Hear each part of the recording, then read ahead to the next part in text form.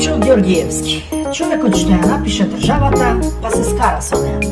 Ако Македонија беше книга, Лјупчо Ѓоргиевски ќе беше авторот што подоцна ќе каже: не ја разбравте како што ја напишав, а народот, народот одамна не чита, само пцуе по рецензии. Тој е интелектуалецот што веруваше дека народот мисли.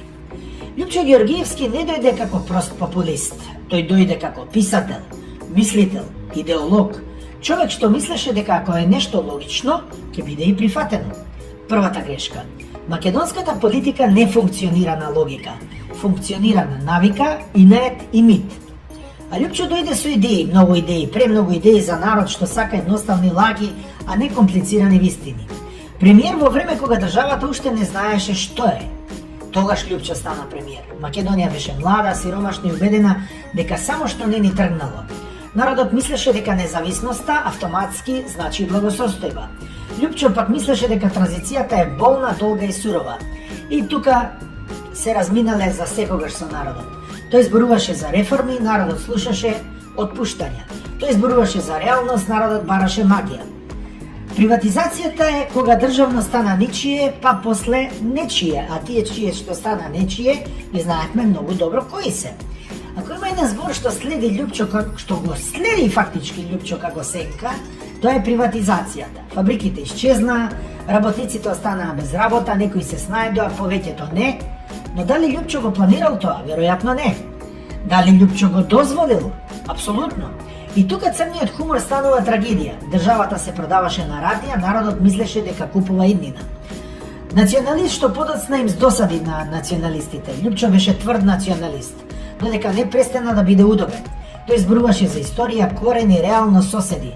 Но Македонија не сака реалност. Таа сака приказна каде секојаш сме во право. Кога Лјупчо почна да зборува дека некои митови се митови, народот реши дека и тој е мит. Што треба да се избрише? Тој беше од премиер до дисидент, македонска специјалност. Откако падна од власт, Лјупчо не се прилагоди, не се покаја, не се преоблече. Тој ја избра најлошата можна опција за македонски политичар, да биде говно до крај. Почна да зборува работи што не се простуваат, дека сме живееле во илузии, дека историјата не е црно-бела, дека соседите не се секогаш ѓаволи. И тука и официјално стана предавник, иако беше предавник одамна. Во Македонија ако кажеш нешто што боли, не си храбар, ти си платеник, но ако си и платеник и предавник, тогаш си дефинитивно Лјупчо Ѓоргиевски. Бугарија бидна последниот клинец. Кога Лјупчо почна отворено да зборува за Бугарија, народот не го слушаше, слушаше навреда.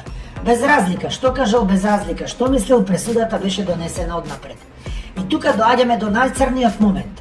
Требаше да зборува за Бугарија кога беше премиер, а не сега. Човек што учествувал во создавањето на македонската државност, тогаш стана нејзиниот непријател.